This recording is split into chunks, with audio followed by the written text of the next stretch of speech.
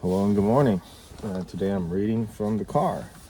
So, Leviticus chapter 12. Then the Lord spoke to Moses, saying, Speak to the children of Israel, saying, If a woman has conceived and borne a male child, then she shall be unclean 7 days. As in the days of her customary impurity, she will be unclean. And on the 8th day the flesh of his foreskin shall be circumcised. She shall then continue in the blood of her purification 33 days. She shall not touch any hallowed thing, nor come into the sanctuary until the days of her purification are fulfilled. But if she bears a female child, then she shall be unclean 2 weeks, as in her customary impurity, and she shall continue in the blood of her purification 66 days. When the days of her purification are fulfilled, whether for a son or a daughter, she shall bring to the priest a lamb of the first year as a burnt offering, and a young pigeon or a turtle dove as a sin offering, to the door of the tabernacle of meeting. Then he shall offer it before the Lord, and make atonement for her, and she shall be clean from the flow of her blood. This is a law for her who has borne a male or a female. And if she is not able to bring a lamb, then she may bring 2 turtle doves or 2 young pigeons, one as a burnt offering and the other as a sin offering. So the priest shall make atonement for her, and she will be clean. Leviticus 13.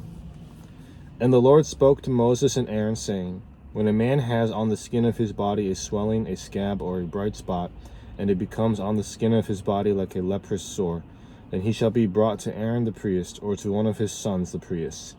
The priest shall examine the sore on the skin of the body, and if the hair on the sore has turned white, and the sore appears to be deeper than the skin of his body, it is a leprous sore. Then the priest shall examine him and pronounce him unclean. But if the bright spot is white on the skin of his body and does not appear to be deeper than the skin, and its hair has not turned white, then the priest shall isolate the one who has the sore 7 days. And the priest shall examine him on the 7th day. And indeed, if the sore appears to be as it was, and the sore has not spread on the skin, then the priest shall isolate him another 7 days. Then the priest shall examine him again on the 7th day, and indeed, if the sore has faded, and the sore has not spread on the skin, then the priest shall announce him clean. It is only a scab. And he shall wash his clothes and be clean. But if the scab should at all spread over the skin after he has been seen by the priest for his cleansing, he shall be seen by the priest again. And if the priest sees that the scab has indeed spread on the skin, then the priest shall pronounce him unclean. It is leprosy. When the leprous sore is on a person, then he shall be brought to the priest, and the priest shall examine him. And indeed, if the swelling on the skin is white, and it has turned the hair white, and there is a spot of raw flesh in the swelling, it is an old leprosy on the skin of his body. The priest shall pronounce him unclean, and shall not isolate him, for he is unclean. And if leprosy breaks out all over the skin, and the leprosy covers all the skin of the one who has the sore, from his head to his foot, wherever the priest looks, then the priest shall consider, and indeed, if the leprosy has covered all his body, he shall pronounce him clean who has the sore. It has all turned white, he is clean.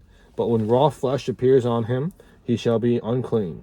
And the priest shall examine the raw flesh and pronounce him to be unclean, for the raw flesh is unclean. It is leprosy. Or if the raw flesh comes and if the raw flesh changes and turns white again, he shall come to the priest, and the priest shall examine him. And indeed, if the sore has turned white, then the priest shall pronounce him clean who has a sore. He is clean. If the body develops a boil in the skin and it is healed, and in the place of the boil there comes a white swelling or a bright spot, reddish white, then it shall be shown to the priest. And if when the priest sees it, it indeed appears deeper than the skin, and its hair has turned white, the priest shall pronounce him unclean. It is a leprous sore, which has broken out of the boil. But if the priest examines it, and indeed there are no white hairs in it, and it is not deeper than the skin, but has faded, then the priest shall isolate him 7 days. And if it should at all spread over the skin, then the priest shall pronounce him unclean. It is a leprous sore. But if the bright spot stays in one place, it has not spread, it is a scar of the boil, and the priest shall pronounce him clean. Or if the body receives a burn on its skin by fire, and the raw flesh of the burn becomes a bright spot, reddish white or white, then the priest shall examine it.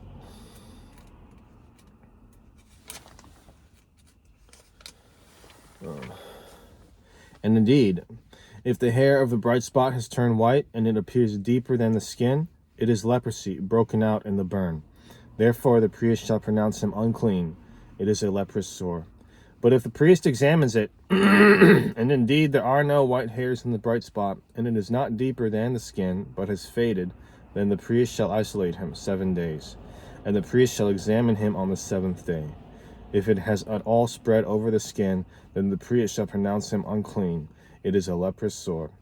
But if the bright spot stays in one place, and has not spread on the skin, but has faded, it is a swelling from the burn. The priest shall pronounce him clean, for it is the scar from the burn. If a man or woman has a sore on the head or the beard, then the priest shall examine the sore, and indeed if it appears deeper than the skin, and there is in it thin yellow hair, then the priest shall pronounce him unclean. It is a scaly leprosy of the head or beard.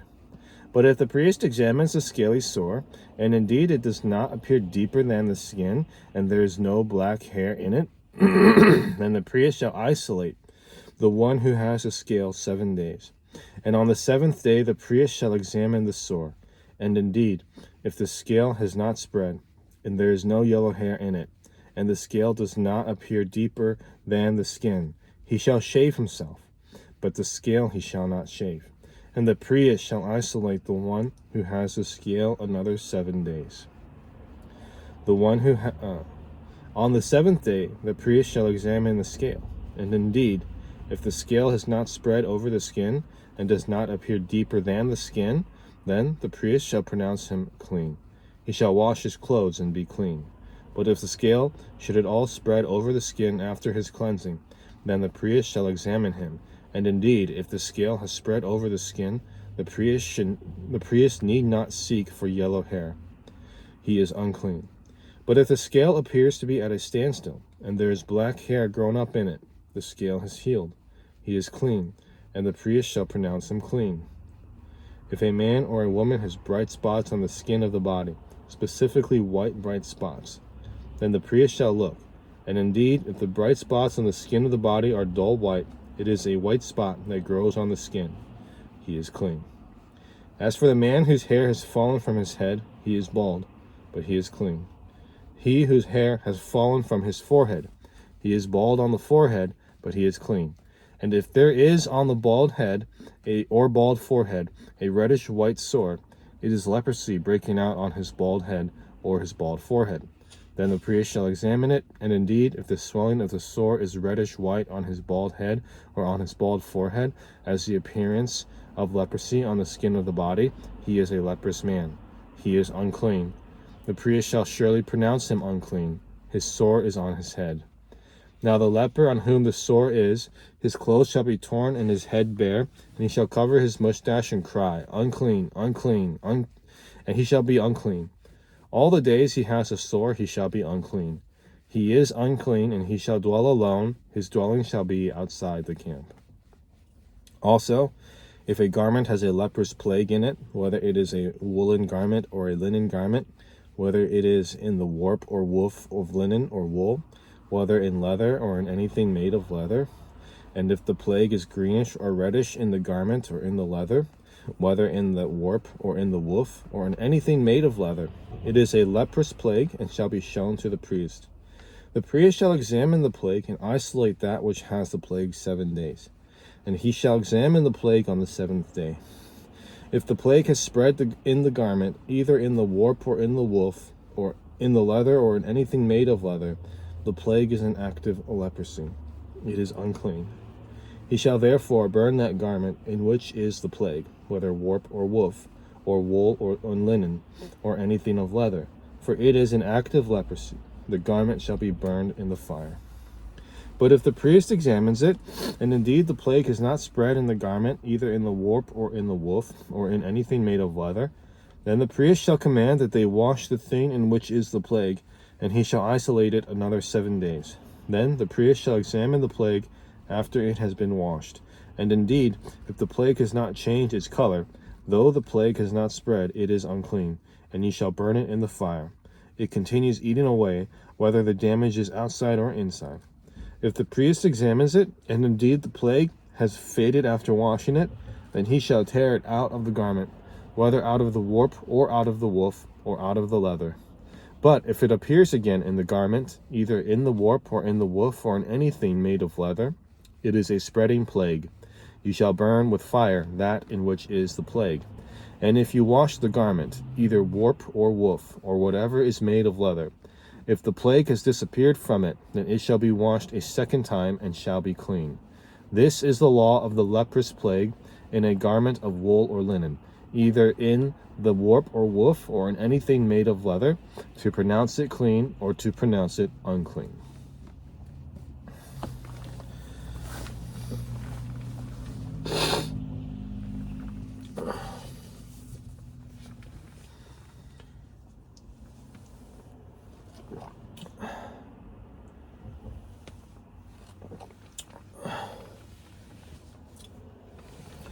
Leviticus chapter 14. Then the Lord spoke to Moses, saying, This shall be the law of the leper for the day of his cleansing. He shall be brought to the priest. And the priest shall go out of the camp, and the priest shall examine him, and indeed, if the leprosy is healed in the leper, then the priest shall command to take for him who is to be cleansed 2 living and clean birds, cedar wood, scarlet, and hyssop. And the priest shall command that one of the birds be killed in an earthen vessel over running water. As for the living bird, he shall take it, the cedar wood, and the scarlet, and the hyssop, and dip them and the living bird in the blood of the bird that was killed over the running water. And he shall sprinkle it 7 times on him who is to be cleansed from the leprosy, and shall pronounce him clean, and shall let the living bird loose in the open field. He who is to be cleansed shall wash his clothes, shave off all his hair, and wash himself in water, that he may be clean. After that he shall come into my camp, and shall stay outside his tent 7 days. But on the 7th day he shall shave all the hair off his head, and his beard, and his eyebrows. All his hair he shall shave off. He shall wash his clothes and wash his body in water, and he shall be clean. And on the 8th day he shall take 2 male lambs without blemish, 1 ewe lamb of the first year without blemish, 3/10 of an ephah of fine flour mixed with oil as a grain offering, and 1 log of oil. Then the priest who makes him clean shall present the man who is to be made clean, and those things before the Lord at the door of the tabernacle of meeting. And the priest shall take 1 lamb offered as a trespass offering, and a log of oil, and wave them as a wave offering before the Lord. Then he shall kill the lamb in the place where he kills the sin offering and the burnt offering, in a holy place. For as the sin offering is the priest, so is the trespass offering. It is most holy. The priest shall take some of the blood of the trespass offering, and the priest shall put it on the tip of the right ear of him who is to be cleansed, on the thumb of his right hand, and on the big toe of his right foot. And the priest shall take some of the log of oil and pour it into the palm of his own left hand. Then the priest shall dip his right finger in the oil that is in his left hand, and shall sprinkle some of the oil with his fingers 7 times before the Lord. And of the rest of the oil in his hand, the priest shall put some on the tip of the right ear of him who is to be cleansed, on the thumb of his right hand, and on the big toe of his right foot, on the blood of the trespass offering. The rest of the oil that is in the priest's hand he shall put on the head of him who is to be cleansed. So the priest shall make atonement for him before the Lord. Then the priest shall offer the sin offering and make atonement for him who is to be cleansed from his uncleanness. Afterward he shall kill the burnt offering, and the priest shall offer the burnt offering and the grain offering on the altar. So the priest shall make atonement for him, and he shall be clean. But if he is poor and cannot afford it, then he shall take 1 male lamb as a trespass offering to be waved, to make atonement for him, 1/10 of an ephah of fine flour mixed with oil as a grain offering, a log of oil, and 2 turtle doves or 2 young pigeons, such as he is able to afford. One shall be a sin offering, and the other a burnt offering. He shall bring them to the priest on the 8th day for his cleansing, to the door of the tabernacle of meeting before the Lord. And the priest shall take the lamb of the trespass offering and the log of oil, and the priest shall wave them as a wave offering before the Lord. Then he shall kill the lamb of the trespass offering, and the priest shall take some of the blood of the trespass offering and put it on the tip of the right ear of him who is to be cleansed, on the thumb of his right hand. of him who's to be cleansed, on the thumb of his right hand, and on the big toe of his right foot. And the priest shall pour some of the oil into the palm of his own left hand. Then the priest shall sprinkle with his right finger some of the oil that is in his left hand 7 times before the Lord. And the priest shall put some of the oil that is in his hand on the tip of the right ear of him who is to be cleansed, on the thumb of the right hand, and on the big toe of his right foot, on the place of the blood of the trespass offering. The rest of the oil that is in the priest's hand he shall put on the head of him who is to be cleansed, to make atonement for him before the Lord. And he shall offer one of the turtle doves or young pigeons, such as he can afford, such as he is able to afford, the one as a sin offering and the other as a burnt offering, with the grain offering. So the priest shall make atonement for him who is to be cleansed before the Lord. This is the law for one who had a leprous sore, who cannot afford the usual cleansing. And the Lord spoke to Moses and Aaron, saying, When you have come into the land of Canaan, which I give you as a possession, and I put the leprous plague in a house in the land of your possession, and he who owns the house comes and tells the priest, saying, It seems to me that there is some plague in the house, then the priest shall command that they empty the house before the priest goes into it, to examine the plague, that all that is in the house may not be made unclean. And afterward the priest shall go in to examine the house, and he shall examine the plague. And indeed, if the plague is on the walls of the house, with ingrained streaks, greenish or reddish, which appear to be deep in the wall, then the priest shall go out of the house to the door of the house, and shut up the house 7 days. And the priest shall come again on the 7th day and look. And indeed, if the plague is spread on the walls of the house, then the priest shall command that they take away the stones in which is the plague, and they shall cast them into an unclean place outside the city. And he shall cause the house to be scraped inside, all around, and the dust that they scrape off they shall pour out in an unclean place outside the city. Then they shall take the other stones and put them in the place of those stones, and he shall take other mortar and plaster the house. Now if the plague comes back and breaks out in the house after he has taken away the stones, after he has scraped the house, and after it is plastered, then the priest shall come and look. And indeed, if the plague has spread in the house, it is an act of leprosy in the house. It is unclean. And he shall break down the house, its stones, its timber, and all the plaster of the house, and he shall carry them outside the city to an unclean place. Moreover, he who goes into the house at all while it is shut up shall be unclean until evening. And he who lies down in the house shall wash his clothes, and he who eats in the house shall wash his clothes. But if the priest comes in and examines it, and indeed the plague is not spread in the house after the house was plastered, then the priest shall pronounce the house clean, because the plague is healed. And he shall take, to cleanse the house, 2 birds, cedar wood, scarlet, and hyssop. Then he shall kill one of the birds in an earthen vessel over running water. And he shall take the cedar wood, the hyssop, the scarlet, and the living bird, and dip them in the blood of the slain bird and in the running water, and sprinkle the house 7 times. And he shall cleanse the house with the blood of the bird, and the running water, and the living bird, with the cedar wood, the hyssop, and the scarlet. Then he shall let the living bird loose outside the city in the open field, and make atonement for the house, and it shall be clean. This is a law for any leprous sore and scale, for the leprosy of a garment and of a house, for a swelling and a scab and a bright spot, to teach when it is unclean and when it is clean. This is the law of leprosy. Okay.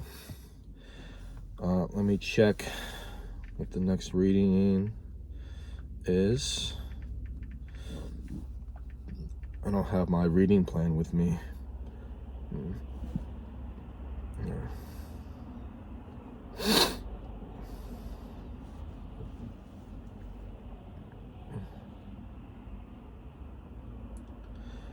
Okay, Psalm 111, and then Hebrews 5.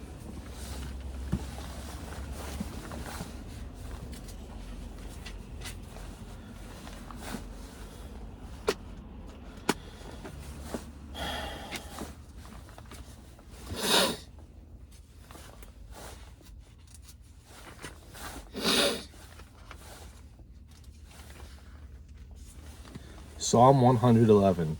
Praise to God for his faithfulness and justice. Praise the Lord. I will praise the Lord with my whole heart in the assembly of the upright and in the congregation. The words of the Lord are great, studied by all who have pleasure in them. His work is honorable and glorious, and his righteousness endures forever. He has made his wonderful works to be remembered. The Lord is gracious and full of compassion.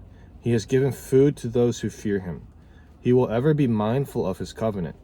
He has declared to his people the power of his works, and giving them the heritage of the nations. The works of his hands are verity and justice. All his precepts are sure. They stand fast forever and ever, and are done in truth and uprightness. He has sent redemption to his people. He has commanded his covenant forever. Holy and awesome is his name. The fear of the Lord is the beginning of wisdom. A good understanding have all those who do his commandments. His praise endures forever.